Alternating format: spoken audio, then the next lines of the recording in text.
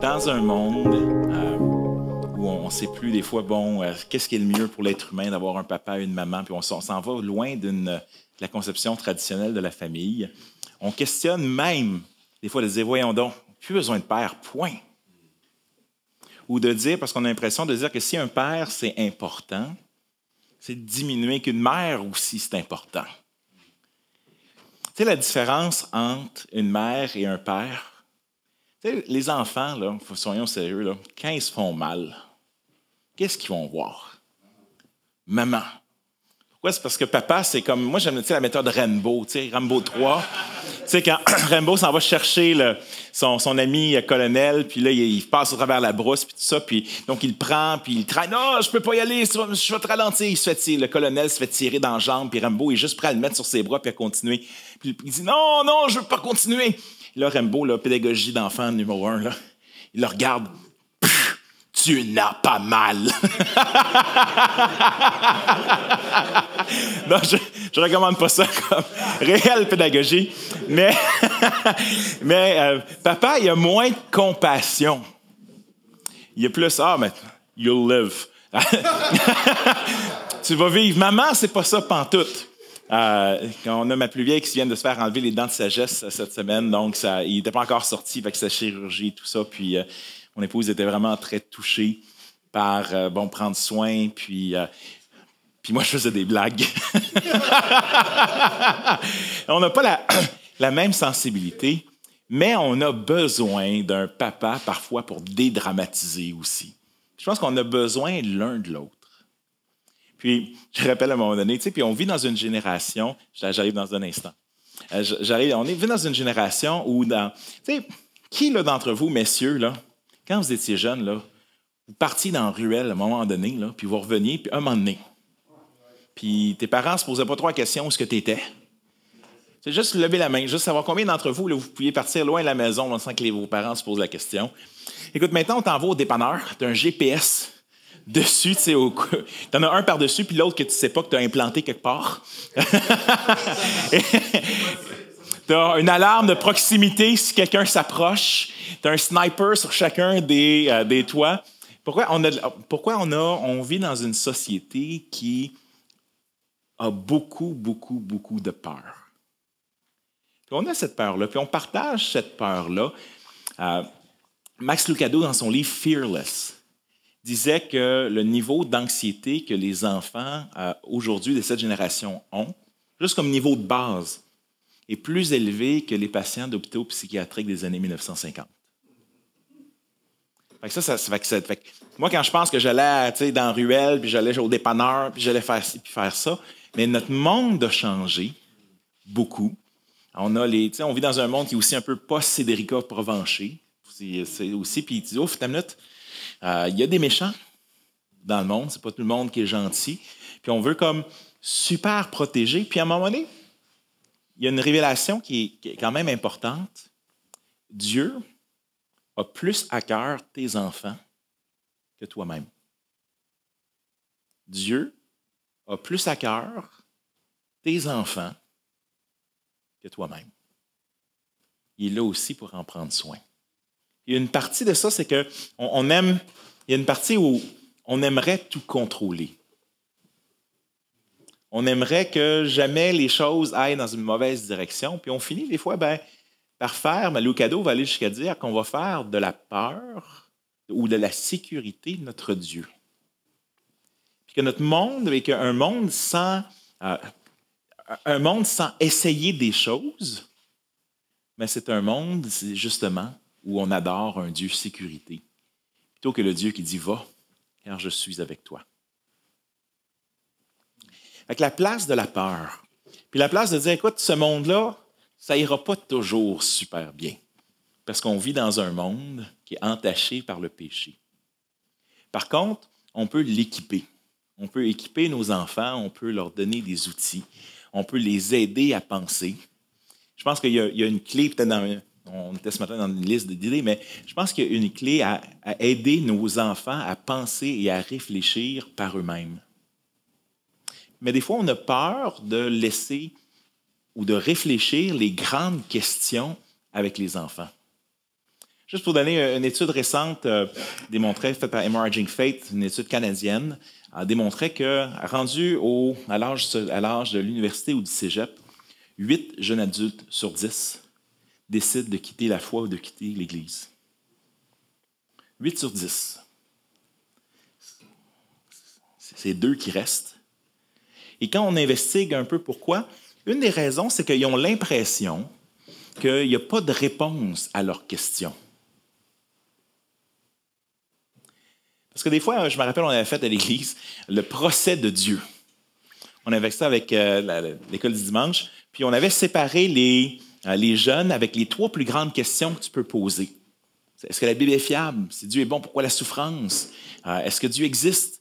Puis là, on a eu quelques semaines où ils se préparaient à réfléchir ensemble, réfléchir aux questions, et on a transformé le dimanche matin, après le temps de louange, on a fait, donc, il y avait un tribunal, il y avait littéralement un juge qui était un des parents qui était là. Il y avait les enfants, les ados qui étaient les avocats de Dieu. Et, moi, j'étais l'avocat du diable. Et dans lequel je lançais des idées. Voyons, ton Dieu, là, s'il est tout-puissant, pourquoi il laisse ces choses-là arriver? Et les jeunes arrivaient, ils se levaient, là, c'était drôle, c'est un peu mise en scène, votre honneur. Et là, il donnait une plaidoirie où il expliquait, mais non, pourquoi est-ce que Dieu laisse le show? Pourquoi est-ce que... Et là, tu te rends compte que les jeunes réfléchissaient à des questions complexes. Mais ce qui était drôle, c'est que des fois, à la fin du dimanche, on disait aux jeunes, mais si tu luttes avec la question que tu es en train de jongler avec ce matin, va la poser à tes parents. À l'heure du midi. Papa, si Dieu est bon, pourquoi la souffrance? Mange ta carotte. Non. Mais là, on se rend compte qu'en tant qu'adulte, on a aussi les mêmes questions. Puis toutes ces questions qu'on est devant nous dans la société, souvent les enfants se posent la question de plus en plus jeunes.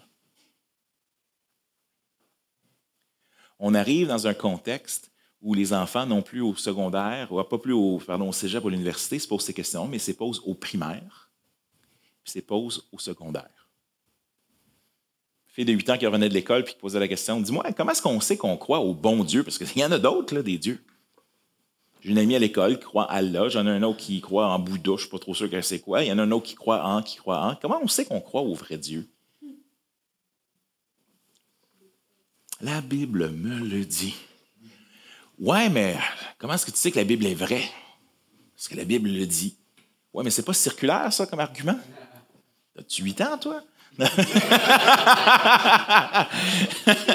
Non, mais c'est d'accompagner, puis ça, je vous dirais, là, c'est d'accueillir, peu importe la question. D'être capable de l'accueillir, puis de dire, il y a une humilité à dire, sais-tu quoi? Je ne sais pas c'est quoi la réponse, peut-être. Mais on va chercher ou on va chercher ensemble. On va aller chercher les réponses.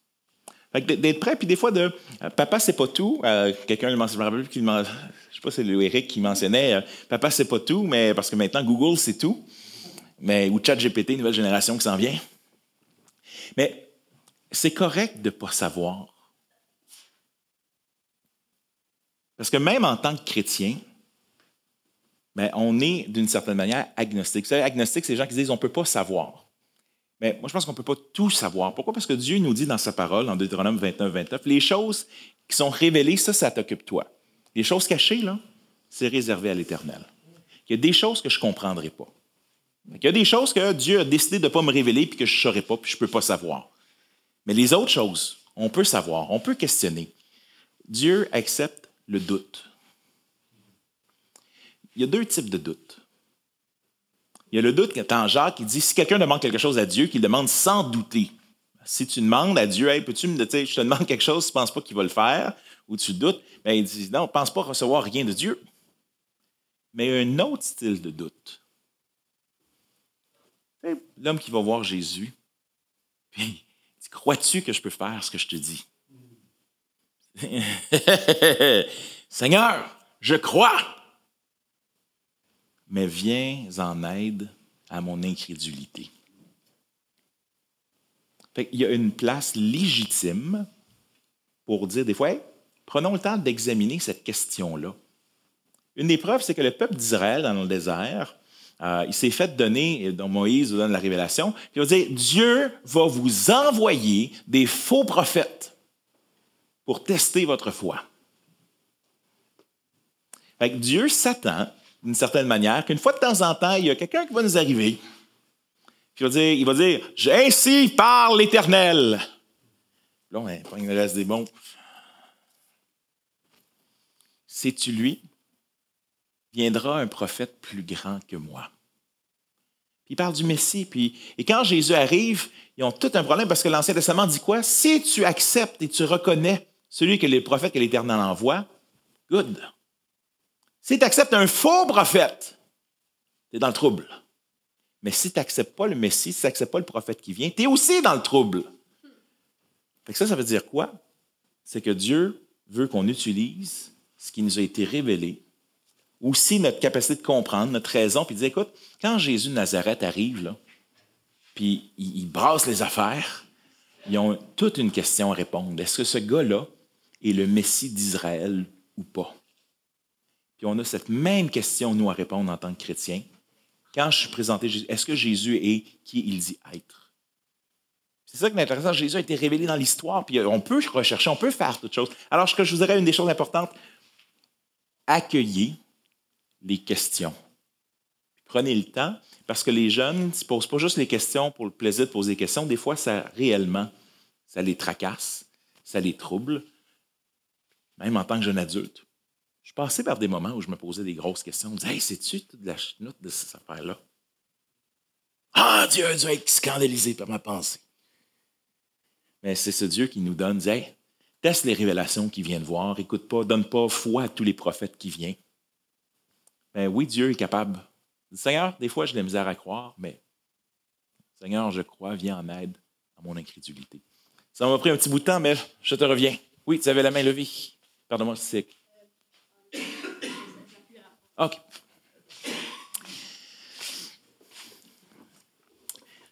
Ta famille, c'est ta tribu. Tu sais, on dit en anglais « your tribe ». Une tribu, c'est quoi dans le milieu des médias sociaux ou autres? C'est une gang de gens qui sont ensemble autour d'un but commun ou d'une raison commune.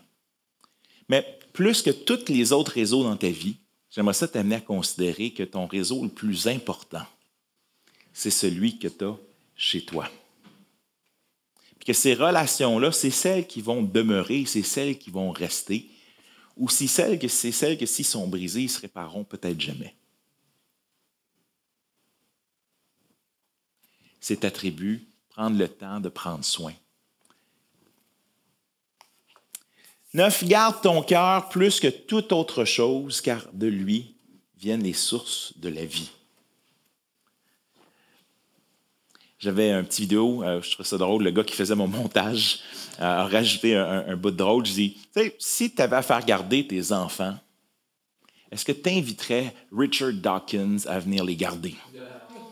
Richard Dawkins, c'est un des athées les plus connus de notre monde.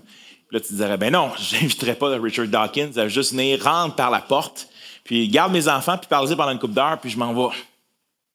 Parce que tu aimerais probablement être là pour les aider à réfléchir, puis tout ça, qu'est-ce qui va être véhiculé, tout ça.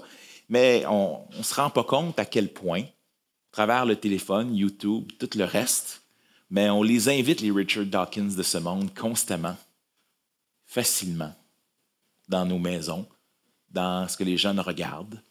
Il y a quelque chose. Tu sais, on n'aime pas, puis on n'aime pas donner l'idée, ah non, il faut pas. On ne veut pas donner l'idée aux gens qu'on est sectaire. Ça, c'est vraiment, là, on a tellement peur que les gens pensent là, qu'on est dans une secte ou une religion là, qui nous empêche de faire des choses. Là. Mais un news flash pour vous. Il y a des choses qu'on n'a pas le droit de faire en tant que chrétien. Je ne suis pas plus coincé parce que Jésus nous dit que les gens dans le monde, l'apôtre Pierre va nous dire, les gens dans le monde vous promettent la liberté au travers de toutes ces choses-là, mais ne réalisant pas qu'ils sont eux-mêmes esclaves. Il y a des choses qui ne sont pas des bonnes choses. Fait que de me dire, ben non, il y a des choses bonnes, il y a des choses mauvaises. Puis c'est le pire mensonge de l'histoire de l'humanité que de dire, j'exagère peut-être là, Ah, mais il faut que mon jeune vive toutes ces expériences. Écoute, si je peux t'éviter de te rentrer dans le mur, puis d'avoir une commotion, c'est peut-être une bonne chose. Est-ce que si après, il veut quand même rentrer dans le mur, à un moment donné, il faut laisser les gens sont libres de faire leur propre choix dans la vie. L'intelligence, c'est d'apprendre de ses erreurs. La sagesse, c'est d'apprendre de celles des autres.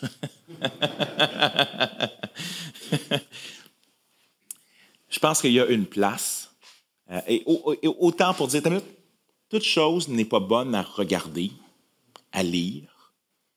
Parce qu'il y a des choses là, qui rentrent et qui restent là-dedans. Ou il y a des choses qui troublent. Ou il y a des choses que... Fait que d'exercer un certain contrôle, dépendamment de l'âge, là, on comprend. Mais de dire, non, il y a des choses, regarde, guys, je ne mettrai rien de mauvais devant mes yeux. Le psalmiste. Ça veut dire quoi en 2022, 2023? Différemment que dans le temps. Mais quand même, de dire, hey, ce qui rentre, on ne se rend pas compte à quel point j'étais... est-ce que j'ai le droit de dire ça? J'étais au camp Patmos l'été passé. Je t'aime pareil, Daniel! Puis, avec toutes les questions, on va regarder demain les questions d'identité et tout ça, mais avec toutes les questions qui étaient posées, puis que les jeunes sont confrontés, il n'y a pas une émission de télévision, il n'y a pas un livre, un magazine ou quoi que ce soit qui n'est pas en train de passer dessus avec un rouleau compresseur, avec toutes les questions d'identité, théorie de genre et d'autres choses. Avec nos jeunes, là, ils arrivent là, puis la cassette, elle est déjà partie. Tu ne te rends pas compte à quel point nos jeunes, dans les questions que les jeunes posaient déjà, puis on parle de jeunes chrétiens dans nos familles, tu te rendais compte que déjà, ils étaient rendus à la défensive dans leur réflexion de comment est-ce que la Bible gère avec ces idées-là. Fait que faisons attention. Puis, je pense qu'il y a une réflexion à y avoir sur même parfois ce qui est lu des fois à l'école. Puis en tant que parent, il y a une place parfois pour dire, mais écoutez, il y a des choses qui... non, je n'irai pas là, mais j'étais sur le conseil d'établissement de l'école de mes enfants il y a quelques années. Puis, il y avait à la bibliothèque un livre qui n'était vraiment pas approprié pour un enfant de 5 ans et qui n'a pas les outils pour se poser ce genre de questions-là. Puis là, j'ai dit, écoutez, c'est-tu normal de confronter les enfants à des questions qui vont les troubler? Jordan Peterson, vous connaissez peut-être, là, il est beaucoup dans les nouvelles dernièrement, mais posait la question qu'avec toute cette forcer les gens à tout réfléchir à la théorie de genre va créer de l'angoisse chez des millions et des millions de personnes et de jeunes. Fait que, de penser que nos jeunes vont entendre parler de ça. Puis c'est pas vrai, ils vont être capables de faire tout ça, le mélange entre tout ça. Tu vas être tellement imprégné, tu es comme une éponge qui est dans du Kool-Aid, puis là, tout le monde est comme ça, tout le monde goûte le Kool-Aid, toutes les questions, on a un rôle. Garde ton cœur, mais garde aussi celui de ta tribu, le plus que tu peux. Puis ça passe dépendamment de l'âge, en jasant, mais aussi en disant, il y a des choses que non, on ne regardera pas, il y a des choses qu'on ne lira pas, puis il y a des choses qu'on va peut-être passer à côté de ça, mais il y a d'autres choses. Parlant de ça, je vous invite à faire, 2 minutes et j'arrête, un défi de lecture. Moi, je me rappellerai toujours, j'arrivais un soir, un groupe de formation d'anciens dans l'église locale, je viens débarrer la porte, on avait une rencontre régionale, puis t'as un monsieur qui est devant la porte, puis qui me regarde, puis qui me dit, j'ai une question. Tu sais, dans ce cours-là, dis-moi qu'on ne va pas lire beaucoup, hein? Là, j'étais comme, la lecture fait comme partie de ça. Mais la réalité, puis ça, c'est des fois, il faut juste s'adapter. Les gars, là, si on est bien honnête, là, au Québec, là, on ne lit pas beaucoup. Fait que c'est pour ça que quand j'écris des petits chapitres. des petits chapitres qui sont faciles à lire rapidement.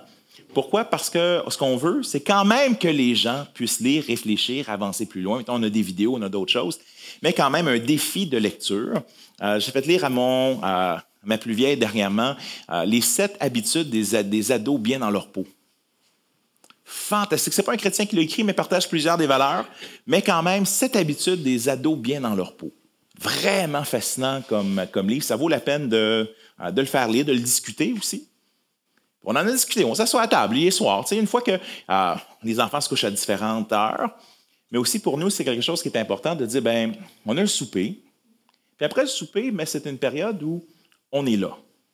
Encore, je partage ce que nous on fait, pas pour que je mette un fardeau, dire, bon, il faut que tu fasses ça en plus. Vous pouvez arranger votre horaire comme vous voulez, mais nous, on est là, puis jusqu'à temps que les enfants, et des fois que c'est pas possible, mais quand les enfants sont debout, ben on est là, on joue à des jeux, on jase, puis il y en a d'autres qui se couchent, puis on continue à jaser de d'autres choses, puis qu'est-ce qu'elle lit, puis qu'est-ce qu'on fait, puis mais de vraiment le déposer régulièrement dans la vie de nos jeunes. Puis après que tout le monde est couché, ben oui, là, on est plus fatigué, mais si tu as d'autres choses à faire, ben oui, là, des fois, on sort le courriel, puis on sort d'autres choses, puis on se lève plus tôt. Mais d'avoir quand même un moment où à chaque jour, on se retrouve un peu ensemble, puis lisons quelque chose ensemble. Ou regardons une vidéo ensemble, puis hey, qu'est-ce que ça fait penser de ça?